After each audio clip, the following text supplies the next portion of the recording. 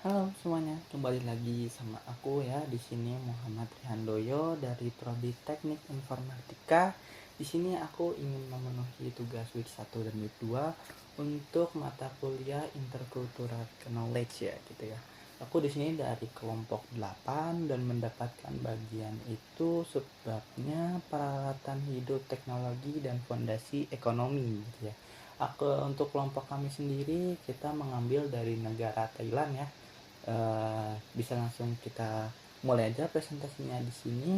Jadi judulnya itu yang aku ambil adalah sistem budaya Thailand atau negeri gajah putih gitu ya.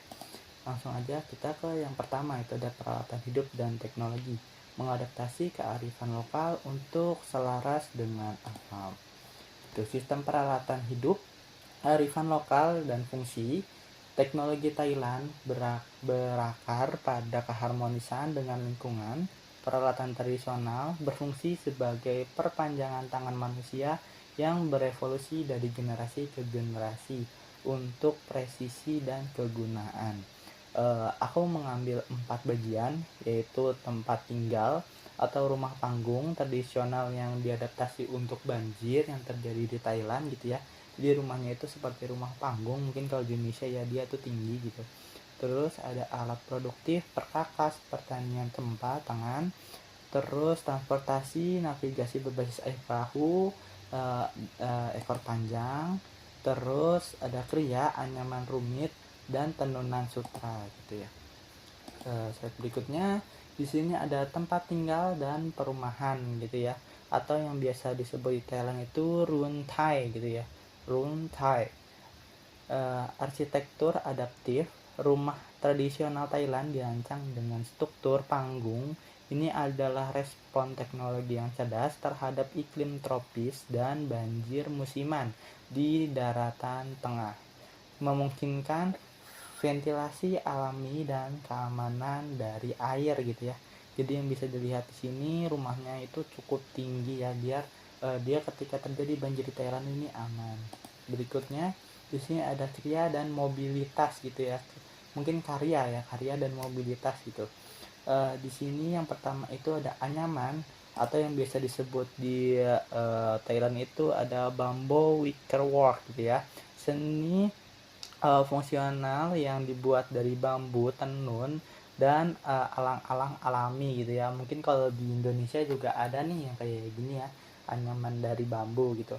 Terus yang kedua ada transportasi air atau yang disebut di Thailand itu adalah Ria Hang Yao gitu ya. Perahu ekor panjang melambangkan hubungan penting dengan sistem sungai gitu ya. Terus ada kerajinan Tay Silk Wearing Process atau tenun sutra presisi yang mencerminkan warisan budaya Thailand. Oke, skip, kita langsung ke yang kedua, ada sistem ekonomi, keberlangsungan irigasi dan perdagangan. Nah, di sini ada pertanian dan irigasi atau lumbung padi ya.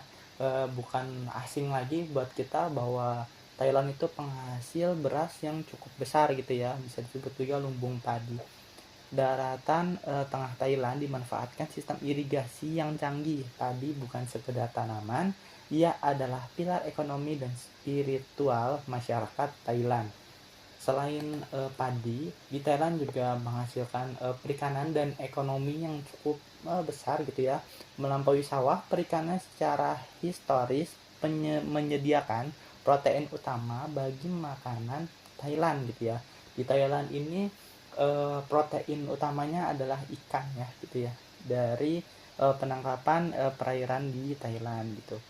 Saat ini hal ini telah berkembang menjadi industri aquaculture dan ekspor yang besar, menjembatani tradisi dengan tujuan ekonomi modern.